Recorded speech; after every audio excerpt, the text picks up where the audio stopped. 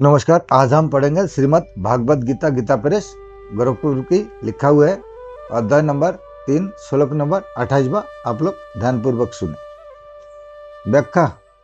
पूर्व श्लोक में वर्णित अहंकार से मोहित अंत करने वाले पुरुष से तत्वज्ञ महापुरुष को सर्वथा भिन्न और विलक्षण बताने के लिए यहाँ तू पद का प्रयोग हुआ है।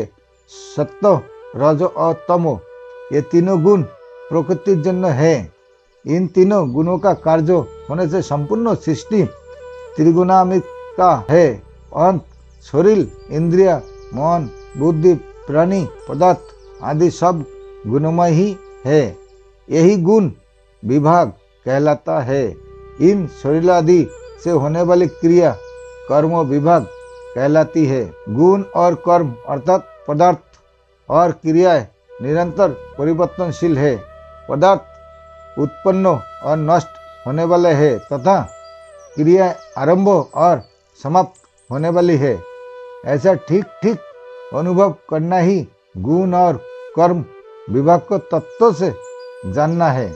चेतन स्वरूप में कभी कोई क्रिया नहीं होती।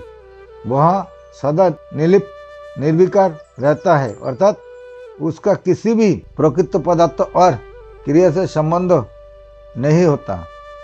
ऐसा ठीक ठीक अनुभव करना ही चेतन को तत्व से जानना है। अज्ञानी पुरुष जब इन गुण विभाग और कर्म विभाग से अपना संबंध मान लेता है तब वह बद्ध जाता है।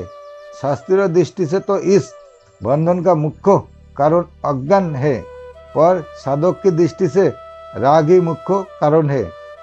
राग अविवेक से होता है। विवेक जागृत होने पर राग नष्ट हो जाता है। यह विवेक मनुष्य में विशेष रूप से है। आवश्यकता केवल इस विवेक को महत्व देकर जागृत करने की है। अंत साधक को विवेक जागृत करके विशेष रूप से राग को ही मिटाना चाहिए। तत्व को जानने की इच्छा रखने वाला साधक भी अगर गुण पदार्थ और कर्म क्रिया से अपना कोई संबंध नहीं मानता तो वह भी गुण विभाग और कर्म विभाग को तत्व से जान लेता है। चाहे गुण विभाग और कर्म विभाग को तत्व से जाने, चाहे स्वयं चेतन स्वरूप को तत्व से जाने, दोनों का परिणाम एक ही है। गुण कर्म विभाग को तत्व से जानने का उपाय। एक, शरीर में रहते हुए भी चेतन तत्व स्वरूप सर्वदा अक्रिय और निर्लिप्त रहता है। प्रकृति का कार्य शरीर इंद्रिय मन बुद्धि आदि इदम यहाँ कहा जाता है। इदम यहाँ कभी अहम मैं नहीं होता। जब यहाँ शरीर आदि मैं नहीं है तब यहाँ मैं होने वाली क्रिया मेरी कैसे हुए। तात्पर्य है कि शरीर इंद्रिय मन बुद्धि आदि सब प्रकृति के कार्य है और स्वयं इनसे सर्वथा असंबद्ध निर्लिप्त है। अंत में होने वाली क्रियाओं का कर्ता स्वयं कैसे हो सकता है। इस प्रकार अपने को पदार्थ एवं क्रिया से अलग अनुभव करने वाला बंधन में नहीं पड़ता। सब अवस्था में मैं कुछ भी नहीं करता हूँ, ऐसा अनुभव करना ही अपने को क्रिया से अलग जानना अर्थात अनुभव करना है। 2, देखना सुनना खाना पीना आदि सब क्रिया है और देखने सुनने आदि के विषय खाने पीने की सामग्री आदि सब पदार्थ है। इन क्रियाओं को और पदार्थों को हम इंद्रियों आँख कान मुख आदि से जानते हैं। इंद्रियों को मन से, मन को बुद्धि से और बुद्धि को माने हुए अहम मेंपन से जानते हैं। यह अहम भी एक सामान्य प्रकाश चेतन से प्रकाशित होता है। यह सामान्य प्रकाश ही सबका ज्ञाता सबका प्रकाशक और सबका आधार है। अहम से पड़े अपने स्वरूप चेतन को कैसे जाने। गाढ़ निद्रा में यद्यपि बुद्धि अविद्या में लीन हो जाती है। फिर भी मनुष्य जागने पर कहता है कि मैं बहुत सुख से सोया। इस प्रकार जागने के बाद मैं हूँ का अनुभव सबको होता है। इससे सिद्ध होता है कि सुषुप्ति काल में भी अपनी सत्ता थी। यदि ऐसा ना होता तो मैं बहुत सुख से सोया, मुझे कुछ भी पता नहीं था, ऐसी स्थिति या ज्ञान नहीं होता। स्थिति अनुभव जन्य होती है। अतएव सबको प्रत्येक अवस्था में अपनी सत्ता का अखंड अनुभव होता है। किसी भी अवस्था में अपने अभाव का मैं नहीं हूँ इसका अनुभव नहीं होता। जिन्होंने माने हुए अहम में पन से भी संबंध विच्छेद करके अपने स्वरूप है का बोध कर लिया है, वे तत्वविद कहलाता है। अपरिवर्तनशील परमात्मा तत्व के साथ हमारा सत सिद्ध नित्य संबंध है। परिवर्तनशील प्रकृति के साथ हमारा संबंध वस्तुत है नहीं, केवल माना हुआ है। प्रकृति से माने हुए संबंध को यदि विचार के सारा मिटाते हैं तो उसे ज्ञान योग कहते हैं, और यदि वही संबंध परहितार्थों कर्म करते हुए मिटाते हैं तो उसे कर्मयोग कहते हैं।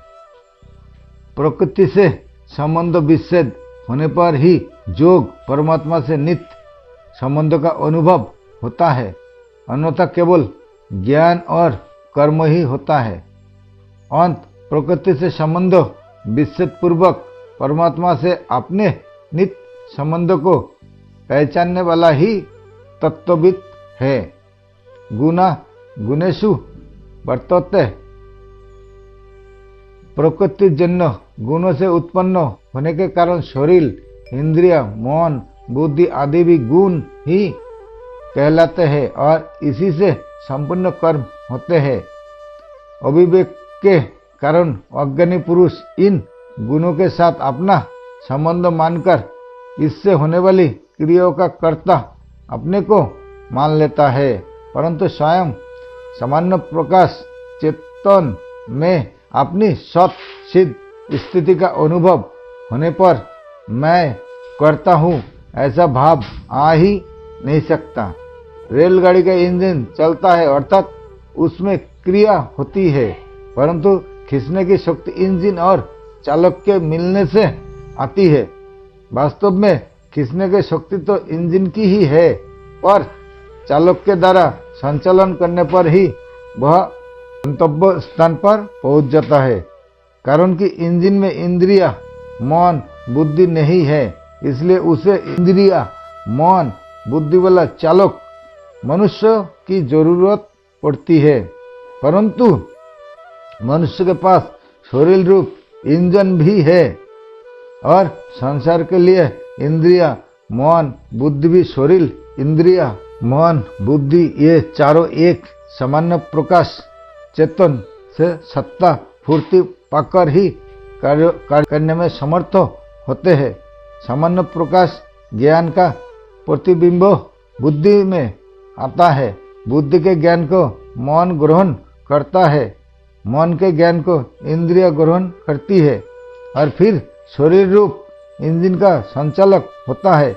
बुद्धि, मन, इंद्रिय, शरीर ये सब के सब गुण है और इन्हें प्रकाशित करने वाला अर्थात उन्हें सत्ता पूर्ति देने वाला स्वयं इन गुणों से असंबंध निर्मित रहता है। वास्तव में संपूर्ण गुण ही गुणों में बरत रहे हैं। श्रेष्ठ पुरुष के आचरण का सब लोग अनुसरण करते हैं, इसलिए भगवान ज्ञानी महापुरुष के द्वारा लोक संग्रह कैसे होते हैं इसका वर्णन करते हुए कहते हैं कि जिस प्रकार वह महापुरुष संपूर्ण गुण ही गुणों में बरत रहे हैं, ऐसा अनुभव करके उनमें आसक्त नहीं होता, उसी प्रकार साधक को भी वैसे ही मानकर उनमें आसक्त नहीं होना चाहिए। प्रकृति पुरुष संबंधी धार्मिक बात आकर्षण सदा सजातीयता में ही होता है। जैसे कानों का शब्दों में, तत्व का स्पर्शों में, नेत्रों का रूप में, जिह्वा का रस में और नासिका का गंधों में आकर्षण होता है। इस प्रकार पांचों इंद्रियों का अपने अपने विषय में ही आकर्षण होता है। एक इंद्रियों का दूसरी इंद्रियों के विषय में कभी आकर्षण नहीं होते।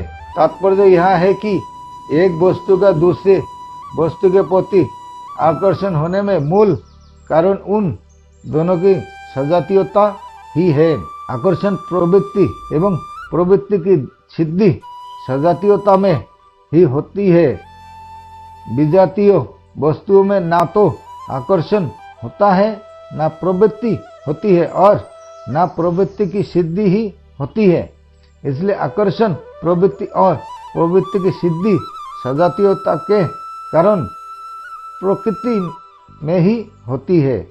परंतु पुरुष चेतन मैं विजातीय प्रकृति जड़ का जो आकर्षण प्रतीत होते हैं, उसमें भी वास्तव में प्रकृति का अंश ही प्रकृति की ओर आकर्षित होता है। करने और भोगने की क्रिया प्रकृति में ही है, पुरुष में नहीं। पुरुष तो सदा निर्विकार, नित्य, अचल तथा एक रस रहता है। 13वें अध्याय के 21वें श्लोक में भगवान ने बताया है कि शरीर में स्थित होने पर भी पुरुष वस्तुत ना तो कुछ करता है और ना लिप्त होता है। पुरुष तो केवल प्रकृतिस्थ होने अर्थात प्रकृति से तादात्म्य मानने के कारण सुख दुखों का भोगत्व में हेतु कहा जाता है। तात्पर्य यह है कि यद्यपि संपूर्ण क्रियाओं का सिद्धि और आकर्षण प्रकृति में ही होता है, तथापि प्रकृति से तादात्म्य के कारण पुरुष मैं सुखी हूँ, मैं दुखी हूँ ऐसा मानकर भोगत्व में हेतु बन जाता है। कारण कि सुखी दुखी होना अनुभव प्रकृति जड़ में हो ही नहीं सकता। प्रकृति जड़ के बिना केवल पुरुष चेतन सुख दुख का भोक्ता बन ही नहीं सकता। पुरुष में प्रकृति की परिवर्तन रूप क्रिया या विकार नहीं है, परंतु उसमें संबंध मानने अथवा ना मानने की योग्यता तो है ही। वह पत्थर की तरह जड़ नहीं, प्रस्तुत ज्ञान स्वरूप है। यदि पुरुष में संबंध मानने अथवा ना मानने की योग्यता नहीं होती तो वह प्रकृति से अपना संबंध कैसे मानता? प्रकृति से संबंध मानकर उसकी क्रिया को अपने में कैसे मानता और अपने में कर्तव्य कैसे स्वीकार करता? संबंध को मानना अथवा ना मानना भाव है, क्रिया है। पुरुष में संबंध जोड़ने अथवा ना जोड़ने की योग्यता तो है, पर क्रिया करने की योग्यता उसमें नहीं है। क्रिया करने की योग्यता उसी में होती है जिसमें परिवर्तन विकार होता है। पुरुष में परिवर्तन का स्वभाव नहीं है, जबकि प्रकृति में परिवर्तन का स्वभाव है, अर्थात प्रकृति में क्रियाशील स्वाभाविक है। इसलिए प्रकृति से संबंध जोड़ने पर ही पुरुष अपने में क्रिया मान लेता है। कर्ता मिति मयते, पुरुष में कोई परिवर्तन नहीं होता। यह परिवर्तन का ना होना उसकी कोई अंशकर्ता का कमी नहीं है, प्रस्तुत उसकी महत्ता है। वह निरंतर एक रस एक रूप रहने वाला है। परिवर्तन होना उसका स्वभाव ही नहीं है। जैसे बर्फ में गर्म होने का स्वभाव या योग्यता नहीं है, परिवर्तन रूप क्रिया होना प्रकृति का स्वभाव है, पुरुष का नहीं। परंतु प्रकृति से अपना संबंध ना मानने की इच्छा में पूरी योग्यता समर्थ स्वतंत्रता है, क्योंकि वास्तव में प्रकृति से संबंध मूल में नहीं है। प्रकृति के अंश शरीर का पुरुष जब अपना स्वरूप मान लेता है, तब प्रकृति के उस अंश में सजातीय प्रकृति का आकर्षण क्रिया और उसके फल की प्राप्ति होती रहती है। इसी का संकेत यहाँ गुणेषु वर्तते पदों से किया गया है। गुणों में अपनी स्थिति मानकर पुरुष चेतन सुखी दुखी होता रहता है। वास्तव में सुख दुख की पृथक सत्ता नहीं है। इसलिए भगवान गुणों से माने हुए संबंध का विच्छेद करने के लिए विशेष जोर देते हैं। दृष्टि से देखा जाए तो संबंध विच्छेद पहले से सदा से ही है, केवल भूल से संबंध माना हुआ है और माने हुए संबंध को अस्वीकार करके केवल गुण ही गुणों में बरत रहे हैं। इस वास्तविकता को पहचानना है। इति मत्ता न सजते, यह मत्ता पद जानने के अर्थ में आया है। तत्वज्ञ महापुरुष प्रकृति जड़ और पुरुष चेतन को स्वाभाविक ही अलग अलग जानता है, इसलिए वह प्रकृति जन्य गुणों में आसक्त नहीं होता। भगवान पद का प्रयोग करके मानो साधकों को यह आज्ञा देते हैं कि वे भी प्रकृति जन्य गुणों को अलग मानकर उनमें आसक्त ना हो। विशेष बात, कर्मयोगी और सांगयोगी दोनों की साधना प्रणाली में एकता नहीं होती। कर्मयोगी गुणों शरीर आदि से मानी हुई एकता को मिटाने की चेष्टा करता है। इसलिए श्रीमद् भागवत में कहा गया, भगवान ने भी इसलिए कर्मयोगी के लिए कर्म करने की आवश्यकता पर विशेष जोर दिया है। जैसे कर्मों का आरंभ किए बिना मनुष्य निष्कर्मता को प्राप्त नहीं होता। गीता 3 अध्याय का 4 श्लोक, योग में अड़ूर होने की इच्छा वाले मननशील पुरुष के लिए कर्म करना ही हेतु कहा जाता है। गीता 6 अध्याय का 3 श्लोक, कर्मयोगी कर्म को तो करता है पर उनको अपने लिए नहीं, प्रस्तुत दूसरे के हित के लिए ही करता है। इसलिए वह उन कर्मों का भोक्ता नहीं बनता। भोक्ता ना बनने से अर्थात भोक्ता का नाश होने से कर्तव्य का नाश स्वत हो जाता है। तात्पर्य यह है कि कर्तव्य में जो कर्तापन है वह फल के लिए ही है। फल का उद्देश्य ना रहने पर कर्तव्य नहीं रहता। इसलिए वास्तव में कर्मयोगी भी कर्ता नहीं बनता। सांख्ययोगी में विवेक विचार की प्रधानता रहती है।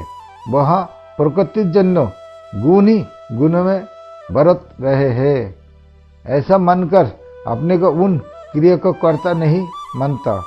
उसी बात को भगवान आगे 13वें अध्याय के 19वें श्लोक में कहेंगे कि जो पुरुष संपूर्ण कर्म का सब प्रकार से प्रकृति के द्वारा ही किया जाते हुए देखता है और स्वयं आत्मा को अकर्ता देखता है, वही यथार्थ देखता है। इस प्रकार साक्ष्ययोगी कर्तव्य का नाश करता है। कर्तव्य का नाश होने पर भोक्तात्व का नाश सत हो जाता है। 3 अध्याय के आरंभ में ही भगवान ने कोई उदाहरणों में एवं दृष्टिकोणों से कर्म करने पर ही जोर दिया है। जैसे जनकादि महापुरुष भी निष्काम भावों से कर्म करके परम सिद्धि को प्राप्त हुए हैं। 3 अध्याय का 20वां श्लोक, मैं भी कर्म करता हूँ। 3 अध्याय का 22वां श्लोक, ज्ञानी पुरुष महापुरुष भी अज्ञानी पुरुष के समान लोक संग्रह कर्म करता है। 3 अध्याय का 25वां 26वां श्लोक, इससे सिद्ध होता है कि प्रत्येक दृष्टि से कर्म करना ही श्रेष्ठकर है। परिशिष्ट भाव, जो अहंकार से मोहित नहीं होता वह तत्वविद होता है। इस तत्वविद का ही 2 अध्याय के 16वें श्लोक में तत्वदर्शी कहा है। तत्वविद गुण विभाग और कर्म विभाग से अर्थात पदार्थ और क्रिया से सर्वथा अतीत हो जाता है। जब तक साधक का संसार के साथ संबंध रहेगा तब तक वह तत्वविद नहीं हो सकता। कारण कि संसार के साथ संबंध रखते हुए कोई संसार को जान ही नहीं सकता। संसार से सर्वथा अलग होने पर ही संसार को जान सकता है, यह नियम है। इसी तरह परमात्मा से अलग होकर कोई परमात्मा को जान ही नहीं सकता। परमात्मा से एक होकर ही परमात्मा को जान सकता है, यह नियम है। कारण यह है कि वास्तव में हम संसार से अलग है और परमात्मा से एक है। शरीर की संसार के साथ एकता है, हमारी स्वयं की परमात्मा के साथ एकता है। नमस्कार, आज के लिए यहाँ तक।